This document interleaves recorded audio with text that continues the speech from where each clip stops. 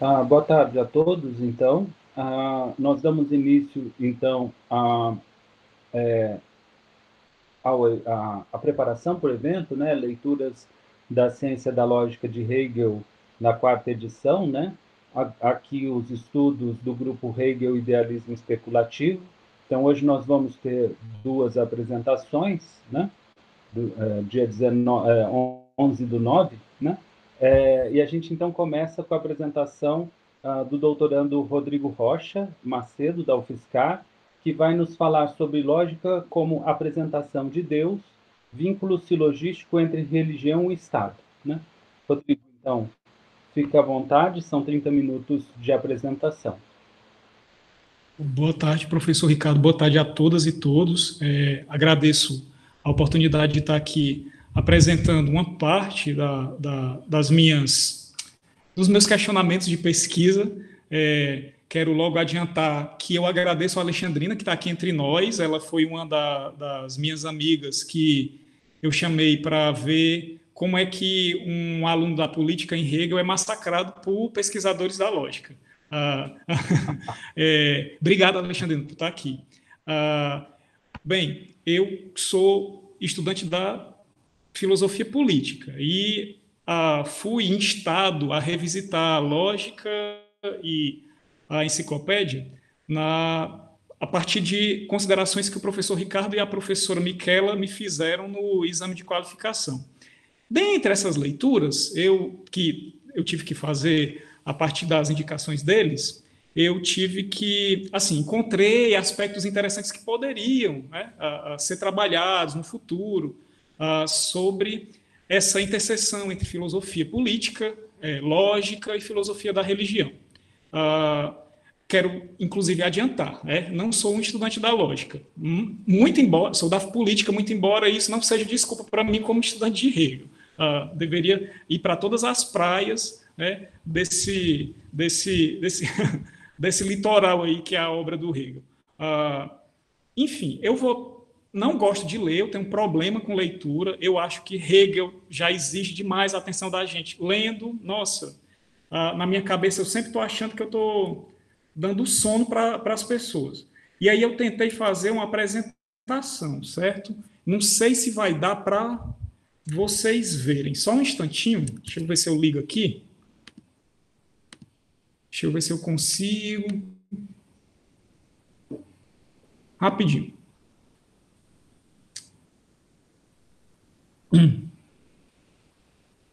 Certo. Vocês estão vendo aí uma página verde com as fotos do Hegel ou não? Estão Sim, vendo? Não estão vendo? tá, Beleza. tá bom. Tá ótimo. Essa é o título da minha apresentação. Lógica como apresentação de Deus, o vínculo silogístico entre religião e Estado. Essa minha apresentação tem 4 momentos, para não confundir com os momentos da lógica. Né? Eu tento explicar qual a função da lógica na ciência da lógica do Hegel, tento dar indicações sobre o que Hegel entendia como Deus, o termo Deus, tento estabelecer uma proposta de método lógico a partir de uma leitura, isso aí não foi inventado por mim.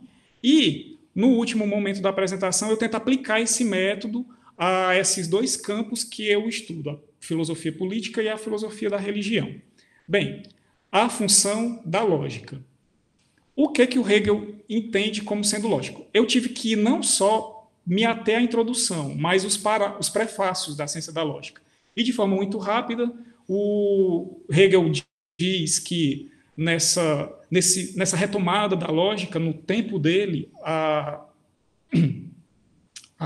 metafísica teria sido abandonada, ocasionando prejuízo ao estudo de outras ciências, como foi o caso da própria teologia natural, da ontologia, essa tentativa que o tempo dele fazia com muito esforço de tentar comprovar historicamente a existência de Deus já era um sintoma desse abandono da metafísica, mas sob qual justificativa a metafísica teria sido abandonada no tempo de Hegel? Ora, ele explica no prefácio.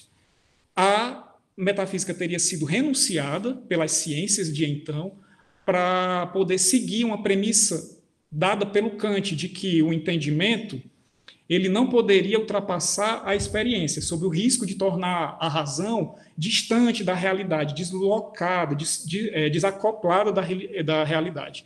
O Hegel abandona essa ideia, essa premissa kantiana, diz que sim, a coisa ela pode ser resgatada, ela pode ser apreendida, né, pelos sentidos de alguma forma, e que a coisa mesma, ela já é a forma lógica, entendida nos prefácios como metafísica ou filosofia especulativa.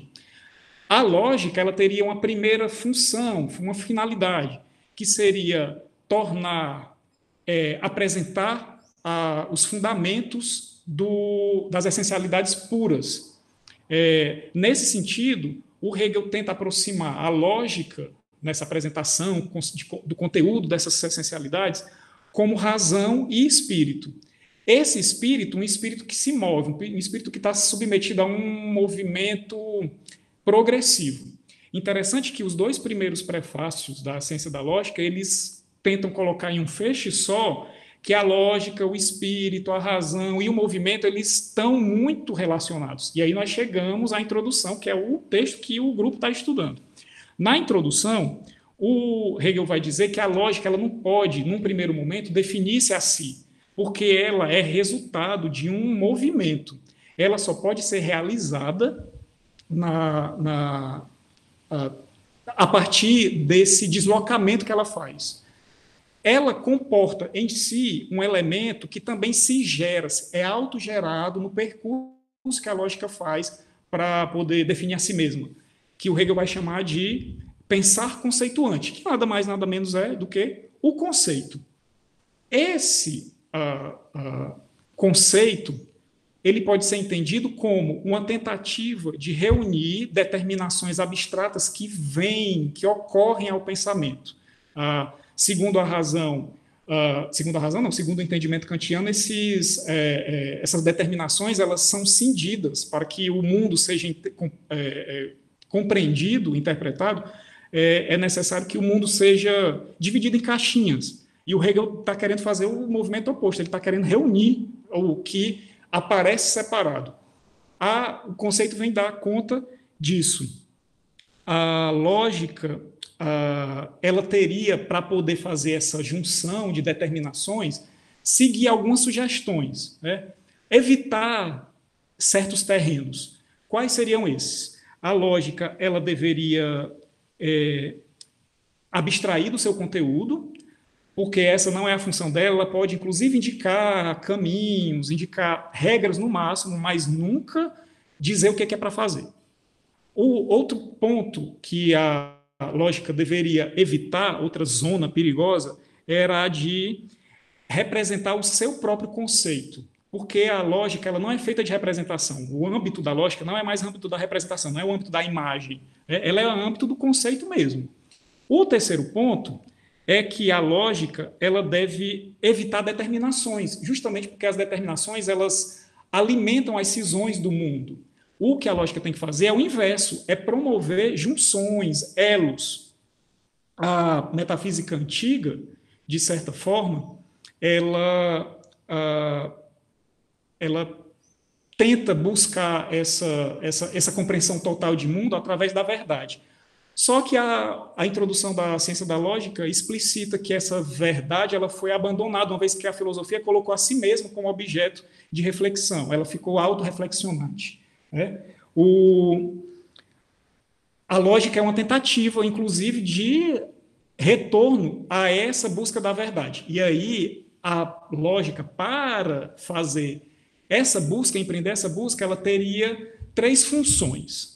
A primeira seria conciliar oposições, e aí, quando eu digo conciliar oposições, eu me amparo em passagens da introdução, que diz que o espírito em si é finito e infinito, quer dizer, é uma tentativa de conciliação, que o dialético é o próprio especulativo, é uma tentativa de apreender o negativo e o positivo, que o próprio conteúdo do pensamento ele já tem em si pressuposto a libertação dessas oposições, né? ou seja, é também uma tentativa de conciliação, e que a razão lógica, nos seus aspectos real e substancial, está querendo dar conta de agrupar determinações abstratas. Então, a função da lógica, primeira é conciliar oposições. A segunda, que é o item B aqui do cartão, é tentar evidenciar a verdade. A verdade também tem passagens que amparam essa premissa, no sentido de que, para o Hegel, na introdução, a verdade ela é a pura autoconsciência, que o conteúdo da ciência é o absolutamente verdadeiro, e que também, o mais importante, é que o saber absoluto é a própria verdade. A terceira função da lógica, depreendida dessa leitura da introdução, é de que a lógica ela é um método, e um método em movimento. E aí, essas três características, essas três funções da lógica, eu vejo que elas se encontram reunidas num trecho, que é o trecho em que o Hegel apresenta esse conceito de Deus. Inclusive, é o que está aqui também no cartão, que eu vou ler. A lógica, desse modo, precisa ser apreendida como sistema da razão pura, como o reino do pensamento puro. Esse reino é a verdade, como ela é sem invólucro em si e para si mesma. Por causa disso, se pode expressar que esse conteúdo é a apresentação de Deus tal como ele é, em sua essência eterna, antes da criação da natureza e de um espírito finito. Ou seja, existe um debate aqui sobre essa segunda parte dessa citação, né? De que é Deus, a apresentação de Deus em sua essência eterna, antes da criação da natureza, quer dizer, antes da linguagem, mas aí a gente vai ter que explicar Deus pela linguagem, antes da linguagem, mas eu não vou entrar nessa questão, só estou querendo lembrar a vocês de que é uma passagem bem complicada. Bem, os trechos que eu queria destacar. A lógica é o sistema da razão pura, o reino do pensamento puro, um reino que é a verdade, que deve ser explicitado, né, na função da lógica, como a gente viu. Esse conteúdo é a apresentação de Deus.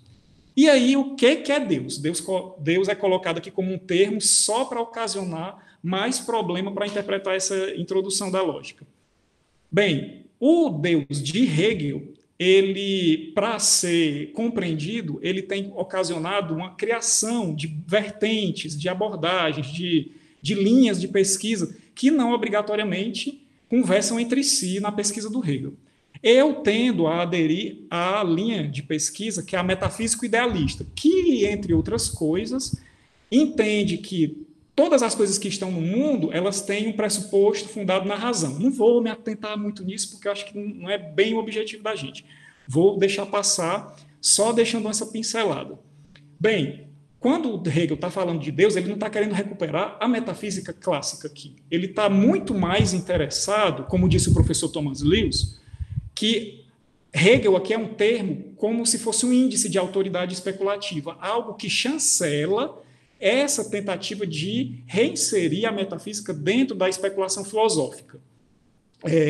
O Deus do Hegel, ele é, de certa forma, um espírito, ele é a efetivação desse espírito, e ele não pode estar cindido da humanidade ou do mundo. Ele sempre tem que estar próximo a essa humanidade. Ele não pode ser um outro distante de um outro, né? Ele é o que está posto diante de um outro e está distanciado dele. Não. Deus, para lógica, ele tem que ser um termo médio que ligue coisas distintas. Aliás, sobre isso, o próprio Nicholas Heschel, num livro chamado A Metafísica do Processo, explica que Deus, se ele estiver sendo utilizado na lógica, ele, no mínimo, tem que tender para o finito, porque quando ele tem essa premissa atendida, tendência para o finito, ele consegue ser um termo silogístico utilizável. Nossa, mas é um jeito feio de dizer, né, que Deus é utilizado, mas eu estou tentando inserir Deus aqui num esquema linguístico que não dá conta, inclusive desse conceito que Hegel sempre está trabalhando em obras distintas. Outra questão que a introdução levanta sobre o conceito de Deus é que Deus não pode ser nem o conjunto de todas as realidades, porque isso o impediria de ele se contradizer a si mesmo, e aí ele também seria impedido, por consequência, de suprassumir. Isso tem que ser eliminado. O Deus, na lógica, não pode ser o conjunto de todas as realidades. E da outra extrema, o Deus de Hegel também não pode ser considerado a verdade absoluta, porque isso implica em chamar Deus de uma totalidade vazia e abstrata. E Deus não pode ser nem abstrato, muito menos vazio. Deus constitui a si e vai constituindo o outro. Outra questão que eu tenho que aplicar aqui é que o Deus ele é verdade e conceito. É o terceiro ponto que está aqui no cartão. É onde eu chego no ponto que eu acho crítico da minha pesquisa. Como é que eu consigo relacionar a filosofia da religião com a filosofia política? E aí eu encontro uma passagem, né, no parágrafo 1º da Enciclopédia das Ciências Filosóficas, onde o Hegel vai dizer que o objeto comum da religião e da filosofia é que é a verdade, e essa verdade ela é um método que se move em um caminho para chegar em algum lugar, e esse lugar é Deus. De igual modo, na filosofia do direito, o Hegel vai dizer que ele está querendo dar conta de uma ciência jurídica do direito que está amparado em aspectos que ele já tinha exposto na lógica e na Enciclopédia das Ciências Filosóficas. Ora, se o Hegel está dizendo isso, então eu consigo juntar a filosofia da religião, a filosofia política e, ainda mais, a lógica. Quanto a essa questão do movimento que Deus faz para... quer dizer, que a filosofia da religião, que a filosofia e a religião fazem para chegar a Deus, é um movimento de pensamento. Esse movimento de pensamento, segundo a enciclopédia, ele não pode ser, de certa forma, impedido, porque a partir do momento em que os indivíduos compreendem que o pensamento ele consegue congregar a Deus até o ponto em que esse pensamento tem que chegar a ser uma certeza de que Deus esse movimento ele não pode ser interrompido. Bem, deixa-me ver. Aí é interessante lembrar sobre essa questão do pensamento o Etienne Gilson, que ele explica que pensar é pensar o ser é o pensar é o ser é quando o pensamento se coloca a si mesmo. O próprio Burbage, eu estou lembrando aqui de certos autores, porque eu notei que no encontro passado, o Pepin foi bem utilizado, né, no trabalho dos colegas, e aí eu estava tentando assim, apresentar outros também que me ajudaram nessa exploração da lógica e da enciclopédia. O Burbage já diz que o trabalho do conceito é justamente o pensamento, tentar juntar essas mediações que a gente viu lá atrás, que aparecem dentro dos conceitos, não, de certas determinações que ocorrem ao mundo. O próprio conceito ele tem um movimento silogístico intrínseco a si, que são 3 momentos: o momento da indeterminidade, que é o momento da universalidade, essa universalidade abstrata, que se torna, de certa forma, realidade numa particularidade, mas uma particularidade que ainda é muito mais abstrata do que concreta. Existe um pouco de realidade nessa particularidade, mas não de forma plena. E o terceiro momento, que é o momento da singularidade, que é onde se faz a reflexão da universalidade com a particularidade em prol da efetividade. A partir de então, eu chego no método lógico. Deixa eu ver aqui quanto tempo eu ainda tenho, né? Deixa eu ver aqui. Eu acho que eu ainda tenho 10 minutos. Eu acho, não sei. Bem, como é que eu chego ao método lógico? Eu disse que a lógica ela tinha funções, finalidades, ela tinha indicativos, mas um método, começo, meio e fim, como é que eu faço um passo a passo? Pelo visto, a ciência da lógica oferece uma descrição para método. Essa descrição ela aparece na ideia absoluta, é a última seção da ciência da lógica. Esse método ele está dentro, né, da ideia absoluta, e o Hegel vai dizer por quê? Porque a ideia absoluta é vida, é um retorno a si, é um reconhecimento da sua autodeterminação, porque que a ideia absoluta ela contém o conceito e o método é o conceito tal qual a ideia tornado reconhecido por si mesmo e em movimento. Quer dizer, o método é o conceito em movimento. E esse movimento do método, ele tem 3 etapas, uma delas dividida em 2 subetapas. A primeira etapa é a adoção de um começo, é estabelecer que existe um universal. Ainda que seja um universal abstrato, ainda que seja um universal indeterminado, mas tem que começar por algum lugar. Esse é o momento da indeterminidade. A partir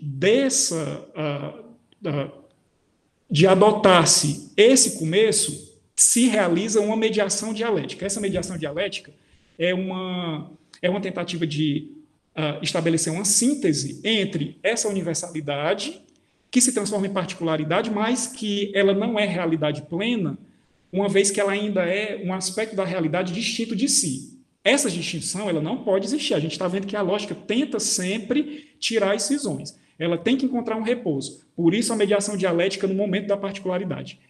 Outro ponto, outro passo, que é o do método lógico, é expor as contradições desse movimento silogístico. E aí essa exposição de contradições ela acontece sob 2 formas. Uma, revelar o universal, e o outro quer dizer que existe um aspecto da universalidade e existe um outro de si que é a particularidade ou qualquer outra coisa. Essa universalidade de um lado e esse outro da universalidade, uma vez apresentados, eles obrigatoriamente vão ser negados entre si e vai ocorrer uma negação da negação. A segunda subetapa dessa exposição das contradições é permitir justamente que a negação aconteça nesses pontos da universalidade e da particularidade. Porque, uma vez que a negação é possibilitada também a liberdade de os termos eles ocorrerem, eles se transformarem em repouso ou eles ainda continuarem em tensão. Até porque a liberdade ela é considerada negatividade. Né? O último momento é a solicitação de um terceiro elemento que venha ser o termo médio para ligar os opostos. E esse terceiro elemento, obrigatoriamente, tem que estabelecer uma junção entre a identidade e a diferença em prol de um aspecto extremamente importante que vem acompanhando a lógica por todo o tempo, a verdade. Interessante. A verdade ela sempre está ligada com a contradição. Aliás, na tese sobre a órbita dos planetas, o Hegel vai dizer que a contradição é a própria regra da verdade. Aliás, essa frase, inclusive, estampa a capa do livro da professora Michela, né? Em direção à verdade. Estou esquecendo o nome do livro. Em direção aos limites da verdade. Bem, existem 2 aspectos muito importantes que são intrínsecos ao método. O método, ele faz esse trabalho silogístico, mas ele não se conclui em um silogismo só. Na descrição dada pela ideia absoluta, o silogismo ele tem que acontecer mais de uma vez. Não sabemos quantas vezes mais ele pode acontecer. O Hegel não precisa isso, mas o Hegel diz que uma vez só não é o bastante para que o silogismo seja completo. Ele tem que acontecer uma segunda vez. Outro aspecto muito lembrado pela professora Angélica Knudsen é que o método, muito antes de ser uma busca pela verdade, até porque a verdade está intrínseca ao caminhar da lógica, é que o método ele é uma posição dentro da própria verdade. O método ele é um ponto de perspectiva no qual a gente consegue interpretar como é que esse silogismo se dá. Isso é muito importante, essa questão de perspectiva, porque ela é o que pode definir quando um silogismo está acabado ou não. E aí, eu vou para a última parte, que é o método aplicado à política e à religião. Como é que eu tento fazer isso? Ainda lendo a ciência da lógica, lá na seção do mecanismo absoluto, o Hegel faz uma importante elucidação, chama um pouco a atenção, e de forma muito curiosa, porque assim, ele está falando do que mecanismo e joga um aspecto da política, da filosofia do direito. Ele diz, e aí eu coloco a citação, desta forma, governo, cidadãos, indivíduos e as necessidades, quer dizer, a vida exterior dos indivíduos, são 3 termos silogísticos aqui.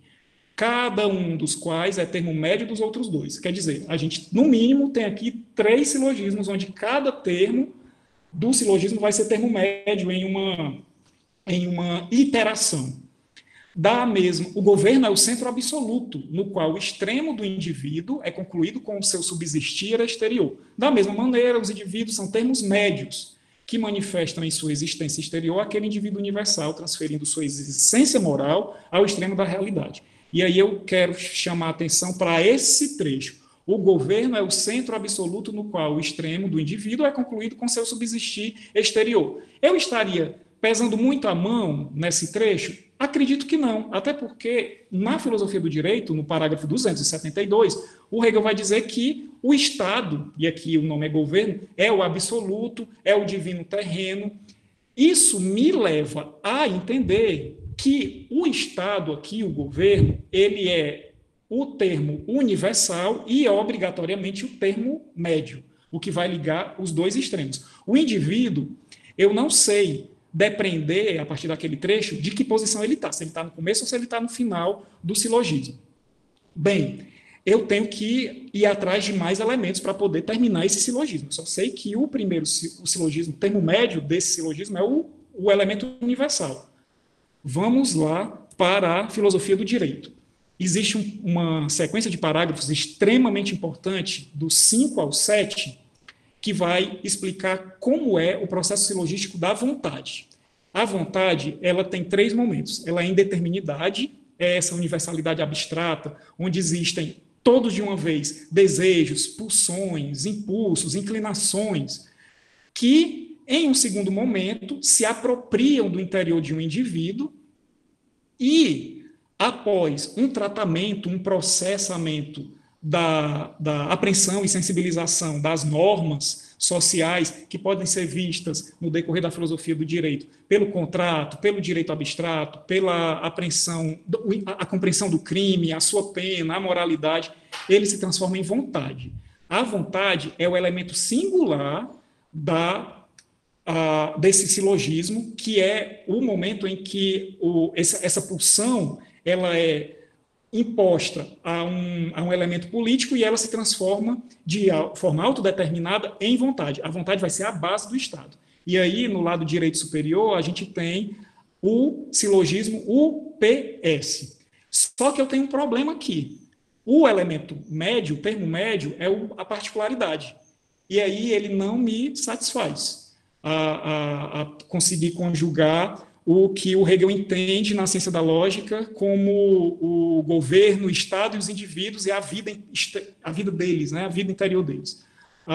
E aí eu vou para a enciclopédia, cuja seção, o espírito absoluto, existe uma sequência de parágrafos que vai do 567 até o 570, explicar a economia da Trindade, como a Trindade se movimenta a partir de silogismos, e aí eu acredito que alguma luz ela é lançada para essa junção entre o Estado e religião. Bem, esse silogismo ele é bem complicado de explicar, porque, diferente do outro, que na filosofia do direito existiam 3 termos e 3 momentos, aqui na enciclopédia, além do Pai, do Filho e do Espírito Santo, vão existir outros 2 elementos, outras 2 figuras, que é o mundo, em termos de projeto divino, e a humanidade, que vai intercalar, junto com o Pai, o Filho e o Espírito Santo, a posição dos termos no silogismo. E aí eu apresento essa explicação, né, com o auxílio do John Burbage. Os 3 silogismos são esses, o SPU, o PSU e o SUP. O primeiro silogismo é o silogismo em que o Hegel vai explicar o momento antes da criação do mundo. O Pai, que é a singularidade, autossuficiente, plena em si, cria o Filho, gera o Filho para relacionar-se consigo mesmo. Dentro dessa geração, essa relação, é criado o Espírito Santo.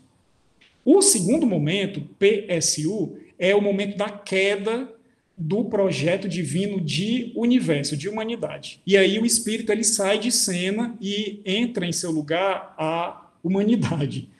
O pai, uma vez que cria o mundo para se relacionar consigo, ele demonstra que ele é incompleto. Por isso que ele precisa de um outro elemento para poder se sentir completo nessa relação.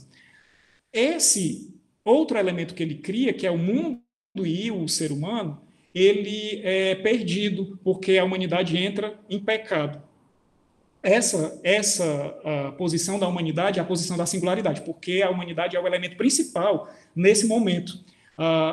Ela tanto é o ápice da criação, como também o motivo maior de a criação ter se tornado um projeto fadado ao fracasso.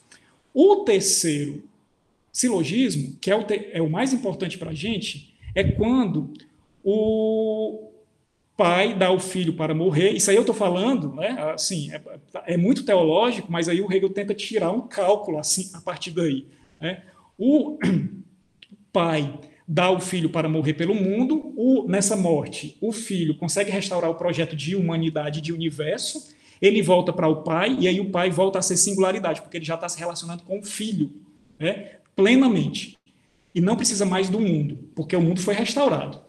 O Espírito Santo, que tinha saído da sala, volta a ocupar espaço no sofá como universalidade. E aí o Espírito Santo une o Pai e o Filho, que estão juntos dentro da singularidade, com o mundo, que é a particularidade. Mas eu não sei se vocês se lembram, uma explicação que eu dei anteriormente, a particularidade ela é um momento da universalidade onde existe uma realidade que ainda se distingue de si mesma. Essa distinção ela precisa ser eliminada para poder fazer com que haja uma união de determinações. Ela não está completa. Ou seja, esse silogismo ele não está totalmente completo, justamente porque o elemento final não pode ser o P, não pode ser a particularidade. Mas nós obtivemos um ganho, porque o elemento universal ele já é o termo médio do silogismo. Como nós estamos no âmbito do espírito absoluto, o ponto de vista tem que ser o ponto de vista do espírito. Tudo bem, é absoluto, mas ainda continua sendo espírito. É quando a gente vai para o terceiro silogismo, mantendo o universal como termo médio e mudando as posições da singularidade e da particularidade. A singularidade ela vai para o final da iteração silogística. Por quê? Porque, a singularidade ela consegue juntar tanto a singularidade de Deus Pai na enciclopédia, quanto a singularidade da autodeterminação como base do Estado na filosofia do direito.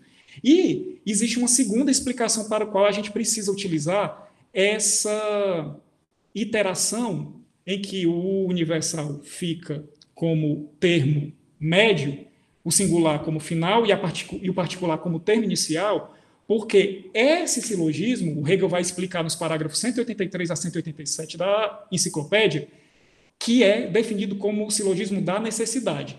Esse é o único silogismo onde o universal, nessa posição aqui, P, U, S, ele se encontra em todos os três elementos. É como se o universal ele permeasse tanto a particularidade como a singularidade de forma unânime. Unânime não, de forma unitária, certo? E aí, esse eu entendo como seja o silogismo final. Amparado, finalmente, em quê?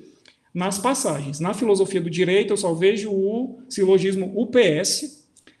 Na enciclopédia, eu também só vejo a confirmação desse silogismo SUP uma única vez, que é no silogismo da Trindade, mas o silogismo PUS, ele tanto se encontra presente na ciência da lógica, no trecho que eu tinha lido junto com vocês, quanto no parágrafo 198 da enciclopédia, em que o Hegel, curiosamente, atrela, iguala, assemelha o Estado ao sistema solar e coloca como os termos Estado, indivíduo e vontade nesse silogismo PUS. Eu acredito que eu termino a minha exposição aqui, já pedindo desculpa para vocês por ter sido extremamente prolixo e falando rápido.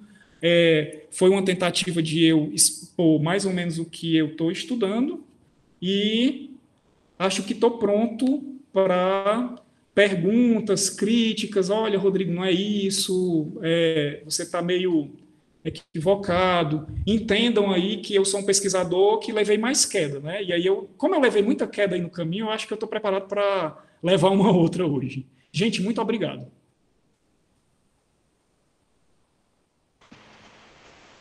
Obrigado, Rodrigo. A gente que agradece. Bom, pela dinâmica que a gente estabeleceu, quer dizer, como essas leituras depois seriam levadas para o evento principal, e podendo ser publicadas, né, se o autor quiser, e a gente, sem querer intervir na autonomia de cada autor do que pensa, mas, por outro lado, buscando expressar uma certa visão que o grupo tem, a gente decidiu que, a organização decidiu que não seriam feitas perguntas e respostas, porque não era o caso. Seria uma apresentação da leitura, depois um comentário, né, dos apresentadores de textos ou dos membros de grupo daquilo que foi feito. Essa parte seria para expressar expressar o pensamento do grupo, e que seria publicado depois, se o autor decidir, tanto o texto que ele apresentou, quanto os comentários, né, que expressaria essa diversidade. Né? Então, nesse primeiro momento, seria mais comentários mesmo, a sua leitura, e depois, no final, depois da apresentação também do Felipe, a gente abre para perguntas e respostas, aí sim, para que a gente tenha uma troca do conhecimento de cada um e poder avançar mais na compreensão de Hegel. Tudo bem? Ok. Nesse sentido, agora a parte seria de comentários, né? Seja de quem está apresentando, né, nesse nosso evento, né, durante todos esses dias que vão ser, seja de membros do grupo, né, Hegel. Então, nesse sentido, eu abro para comentários, se algum desses gostaria de comentar a interpretação feita pelo Rodrigo, a leitura feita pelo Rodrigo.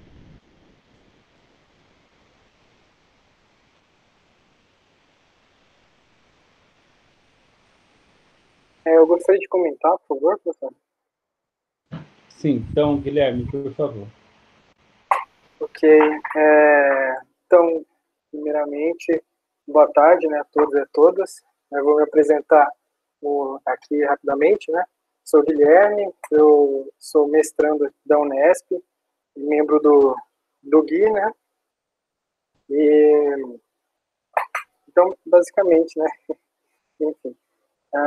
Rodrigo, parabéns pela apresentação. Realmente foi muito interessante. Eu li o seu texto, eu gostei bastante. Particularmente é um tema que me move, né? Minha pesquisa é justamente no âmbito da filosofia da religião hegeliana, né? E realmente eu gostei bastante do seu texto. Para mim, ele consegue capturar e expressar o que você chama de Deus hegeliano, o Deus de Hegel, que é justamente o espírito, né? Que traz essa junção, né, do lógico, que é esse puro pensar, com a efetividade mesmo, que é a vida ética, o Estado, e a religião, né, onde ser experienciado e tudo mais.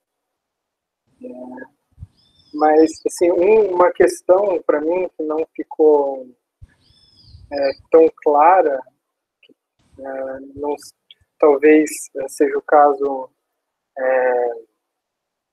comentar, é a relação do Estado com a religião do ponto de vista da substancialidade, né, da própria eticidade e do Estado, né? Porque o Hegel comenta que no comentário que ele faz ao parágrafo 552 da enciclopédia, ele fala em um momento que a substancialidade da eticidade mesma e do Estado é a religião, né? E talvez seja um aspecto importante nessa relação do Estado com a religião, né? E, a meu ver, isso tem a ver não só com um aspecto silogístico, né, que tem realmente essa relação, você bem expôs, mas tem no próprio sentido, como posso dizer, da verdade mesmo, né, que você colocou. E como você expressou, Deus para Hegel, ele não é essa universalidade abstrata, né, fechada em si mesmo, que se separa do finito. Então ele é justamente esse processo, esse estar junto do outro, né? E essa relação é o que, a meu ver, move a própria história, né? Que até o próprio Hegel ele comenta aqui nos parágrafos finais aqui da passagem já para a esfera do espírito absoluto, que a história, né, serviria justamente a revelação dessa verdade e tudo mais, né? Que se apresenta na religião como Deus, né? Então, qual seria essa relação, né? Deus tem a ver com tudo isso. E aí você traz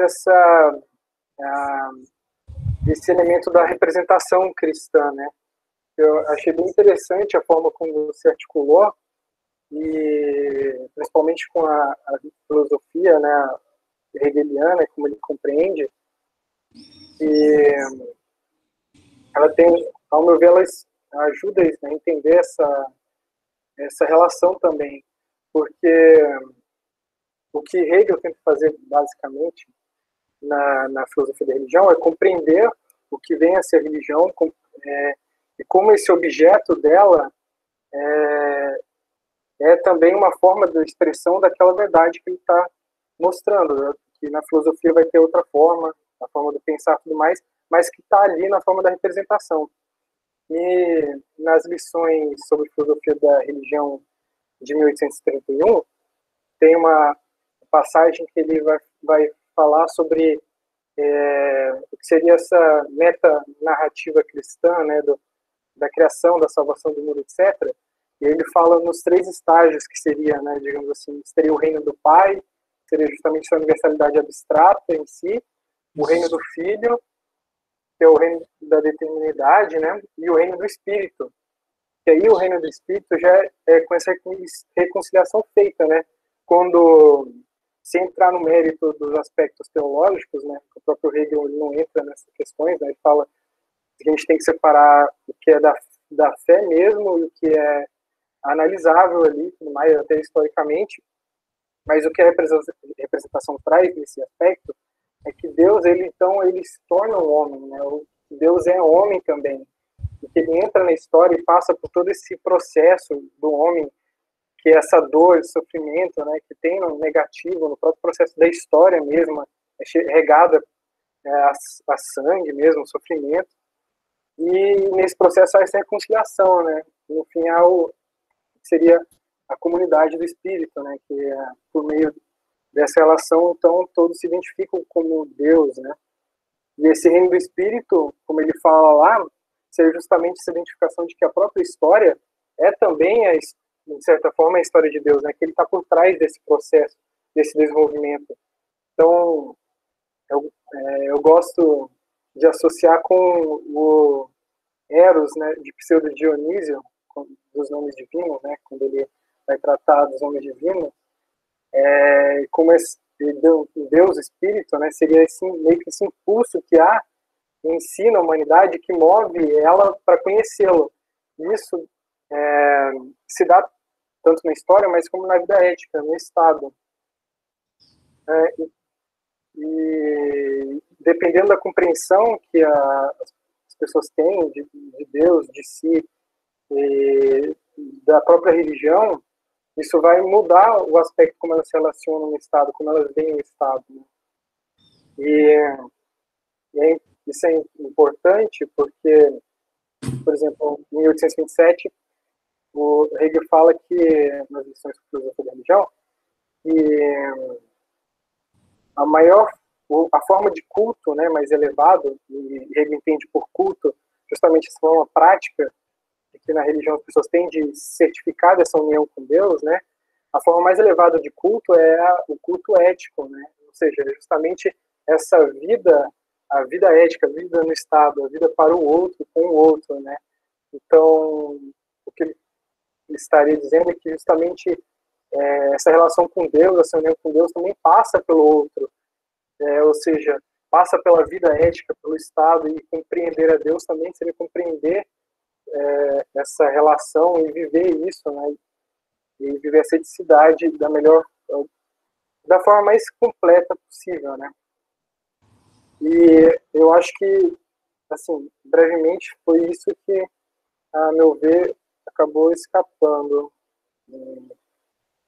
Mas, novamente, eu agradeço pela apresentação, gostei bastante, realmente, e só isso mesmo que eu teria para comentar. Obrigado, Guilherme. Alguém mais gostaria de tecer comentários dos autores ou do grupo? Eu tenho um comentário para fazer também. Primeiramente, estão me ouvindo? Consegue ouvir? Também sou Guilherme. Sim, deixa eu te fazer só uma pergunta. Você vai apresentar texto Não, durante o... Não. É só então, exato. Porque assim, como, de novo, explicando um pouco a dinâmica de produção, como isso vai ser produzido num texto, caso o Rodrigo opte por public texto, seria o texto apresentado por ele e depois os comentários que estão sendo feitos nessa parte da sessão, né? E que seriam feitos ou por pessoas que vão apresentar textos ou por membros do grupo mesmo, que a gente já vem fazendo esse estudo da ciência da lógica. A parte de comentários e perguntas para o Rodrigo, a gente vai deixar para o final, depois da exposição do Felipe. Então, eu peço para você, por favor, aguardar um pouco até o final. Tudo bem? Ok. Eu agradeço a participação. Estou interessado muito no que você tem a dizer e comentar, mas vamos seguir a dinâmica, porque, pelo estabelecido, se o Rodrigo decidir publicar o texto, ele vai ter que depois pegar essas nossas falas, transcrever para juntar junto com o texto dele. Então, para facilitar também a coisa, né, a gente está seguindo a dinâmica normal, tá? Obrigado. Alguém mais que vai apresentar, ou do grupo, que gostaria de registrar os comentários? Bom, se ninguém, eu gostaria de fazer os meus, né? E, primeiramente, eu gostaria de fato, parabenizar o Rodrigo, né? Pelo tema, né? Pela abordagem, né? E pela apresentação. Assim, a sua apresentação hoje foi bem clara, Rodrigo. Você mostrou não só a parte vamos dizer, de preparação sua, de como você está abordando a questão e por que você veio a ela, mas também salientou os pontos centrais da sua reflexão e de como eles se articulam, né? Então, ficou bem interessante e bonita, né? Eu noto da qualificação para cá uma grande evolução, quer dizer, você já tinha tratado vários conceitos muito interessantes já na própria qualificação, você enriqueceu ainda mais, né, toda essa reflexão, então parabéns, né? Além disso, se constata, né, tanto no seu texto quanto na sua apresentação de hoje, bastante estudo e leitura, né? E que trata de um tema extremamente difícil na filosofia hegeliana, né? Em especial, ela é difícil porque ela envolve o sistema inteiro, né? Então, não é só a questão de extensão, de ler tudo isso, mas também de compreensão de como tudo isso se articula, né? Então, isso exige tempo e maturidade. Então, fica muito claro como a dificuldade de tratar um tema desse, mas, por outro lado, também eu queria te parabenizar por isso, porque você compreendeu o quanto a religião é extremamente importante no sistema e no pensamento de Hegel, né? Isso também não é uma coisa comum, né? Ou seja, você leva a sério a religião, como o próprio Hegel faz, não é à toa que ele deu cursos sobre lições de filosofia da religião, não é à toa que ele propôs um curso de provas da existência de Deus e escreveu um livro, o próximo livro que ele ia escrever, assinou o contrato, né, para publicar, seria um livro das provas da existência de Deus, né, que, então, você compreendeu bem a importância que a religião tem que ter no pensamento do Hegel, no sistema do Hegel, o que muitos comentadores minimizam. Então, aí mostram, né, o seu reconhecimento até frente a eles, né? Muitos deles confundem espírito do tempo, Weltgeist, com espírito absoluto, né? Então, isso não...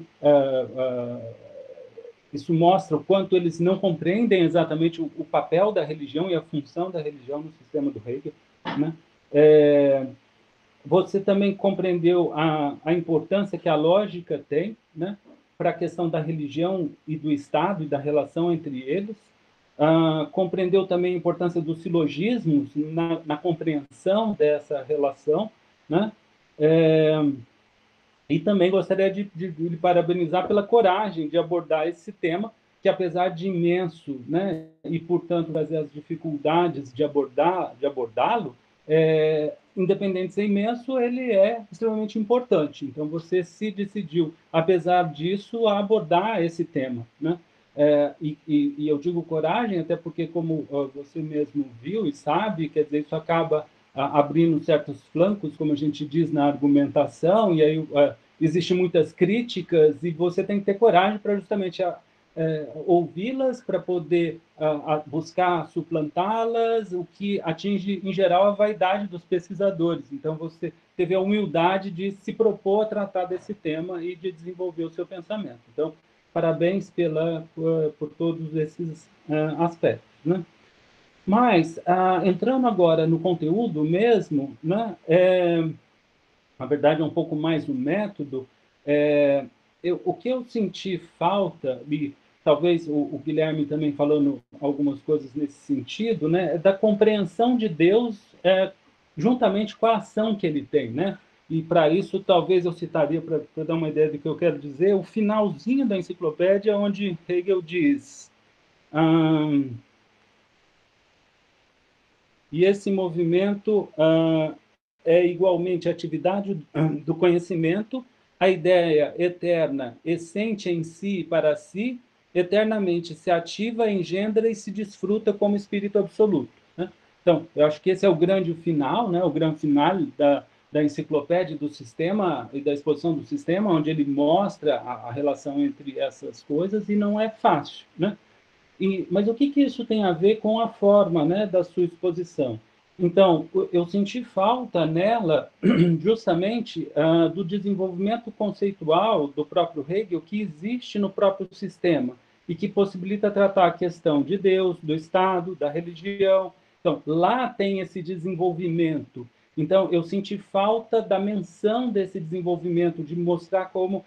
Não mostrar como uma coisa está encadeada na outra, porque isso talvez seja difícil, teria que ser uma própria reprodução do texto do Hegel, mas mostrar que ele existe, como essas coisas estão se relacionando, né? Então, isso possibilita tratar a questão de Deus, do Estado, da religião, da história mundial também, que é um ponto importante da relação entre essas três coisas, porque a razão rege o mundo, e se razão é Deus, Deus rege o mundo. Quer dizer, Hegel até aproxima essa frase da providência no mundo. Então, tem todo um aspecto aí que acaba ajudando a estabelecer essa relação entre Estado e religião, que é importante também. Esse desenvolvimento conceitual imanente, né, do Hegel vai dando significação a esses termos, né, em especial Deus, Estado, religião, mais do que tiram esse significado do termo da representação. Então, é por isso que aí vai surgindo, né, um sentido mesmo, e aí a gente pode chegar no que você disse, o Deus de Hegel, né? Ou seja, que Deus é esse que Hegel está colocando aí o significado, em vez da gente tirar as coisas da representação, né? E mais, esse desenvolvimento vai amarrando essas significações no seu desenvolvimento, né?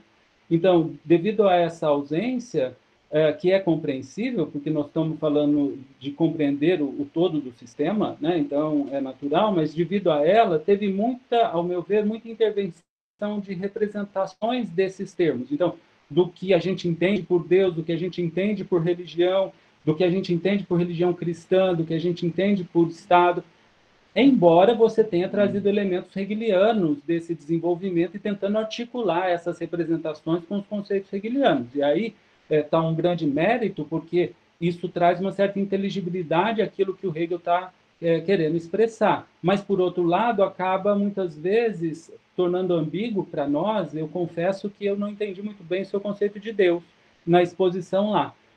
Até porque agora, por exemplo, na apresentação você falou um pouco mais, e eu não, vamos dizer, a princípio para mim não me agrada muito esse Deus que não pode ser o conjunto de todas as realidades ou a verdade absoluta, porque Hegel diz que a ideia é a verdade absoluta e que Deus é a ideia. Então eu não consigo muito entender esse Deus que, por exemplo, para usar uma expressão que estava no seu texto, cadê? Só um instante, desculpem.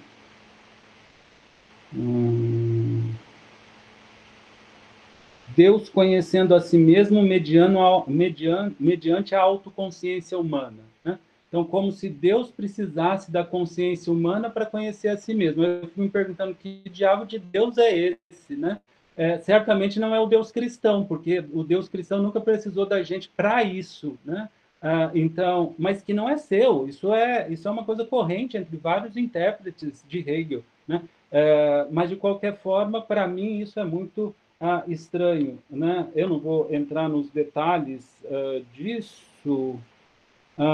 Posso até comentar alguma coisa daqui a pouco, mas eu queria voltar antes ao comentário da forma, né? Então, o fato então de não ter trazido essa conexão que vai expondo esse conceito acaba trazendo esses elementos da representação, que acaba introduzindo características, né, desses elementos de uma forma exterior, não imanente ao próprio desenvolvimento da coisa mesma, né? E que acaba, portanto, se afastando um pouco da letra de Hegel, porque justamente esses elementos exterior entram sem esse desenvolvimento, né? E que leva à dúvida em compreensão sobre certos significados, a certas ambiguidades, como essa agora que eu expressei em relação a quem seria esse Deus hegeliano, né? E no caso do pensamento hegeliano, esse desenvolvimento desempenha o próprio papel da demonstração, né? E nesse sentido, sem ele, essas introduções acabam, no sentido técnico do termo, sendo afirmações, acabam sendo dogmáticas, né? No sentido técnico, né? E que acaba tendo uma certa seleção. Você escolhe certos aspectos da representação, como, por exemplo, na sua apresentação do pai, do filho, etc. Mas por que isso está aí? O Guilherme falou do que vira ser humano, mas o que é virar ser humano para Hegel? Então, tudo isso fica muito... não permite a compreensão, né, do ponto de vista do leitor, né, e de quem está escutando. Então, isso eu senti. E também senti falta, em especial, porque você está apresentando aqui a leitura da ciência da lógica no nosso grupo Hegel Idealismo Especulativo, senti falta de um diálogo com dois textos meus. Um é Deus na Filosofia Hegeliana, onde justamente eu busco expor as características gerais do conceito de Deus. Então, no mínimo, para você poder fazer um diálogo, ou uma opção, ou alguma coisa assim. E o outro é o Ciência da Lógica, Ciência Subjetiva, Ciência Objetiva e Teologia Especulativa, onde eu busco analisar o parágrafo 17 da Enciclopédia de 1817 do Hegel, que justamente Hegel classifica a lógica como teologia especulativa. Então, ali eu acho que poderia te dar uma certa luz desse desenvolvimento que eu estou falando. Acredito que você não sabia dos textos, senão você teria trazido eles para cá, mas basicamente isso. E eu gostaria de comentar só um aspecto final desse silogismo, que as pessoas acabam não percebendo que o silogismo, no caso dessa exposição, né, dos conceitos que Hegel faz, ele não é temporal, porque um silogismo não é temporal, um silogismo é lógico. Apesar dele expressar essa sua característica lógica na temporalidade. Então, o silogismo permite, ao mesmo tempo, a gente entender como existe uma certa um certo logos, uma certa razão, que é ela, que se expressa através desse silogismo, e como essas razões se manifestam no tempo, temporalmente. Né? E, então, isso é uma das grandes, como eu disse, uma grande vantagem da sua interpretação, porque você está enxergando que precisa desse silogismo, mas é esse aspecto que eu chamaria de especulativo da razão, dela poder ser a si mesma e ser movimento, né, que eu senti falta. Né? Mas, veja, isso é uma coisa extremamente difícil no pensamento hegeliano, é uma coisa que, em geral, os autores intérpretes, ao meu ver, não compreendem muito bem. Eu mesmo, olhando meus textos, eu olho para eles e falo assim, eu acho que falta explicar isso melhor, porque está muito no meio das outras coisas, então não é algo que eu poderia dizer, olha, é simples, você não colocou isso aí, mas fica, de qualquer forma, a dica. Certo? Obrigado. Bom, como a gente tem que começar agora o, o do Felipe, eu vou parar a gravação, a gente retoma. Vocês querem fazer um intervalo? Eu acho que não é o caso. O que vocês acham? Acho que a gente pode continuar já com o seminário do Felipe, então. Isso. Eu vou parar a gravação e começar uma nova.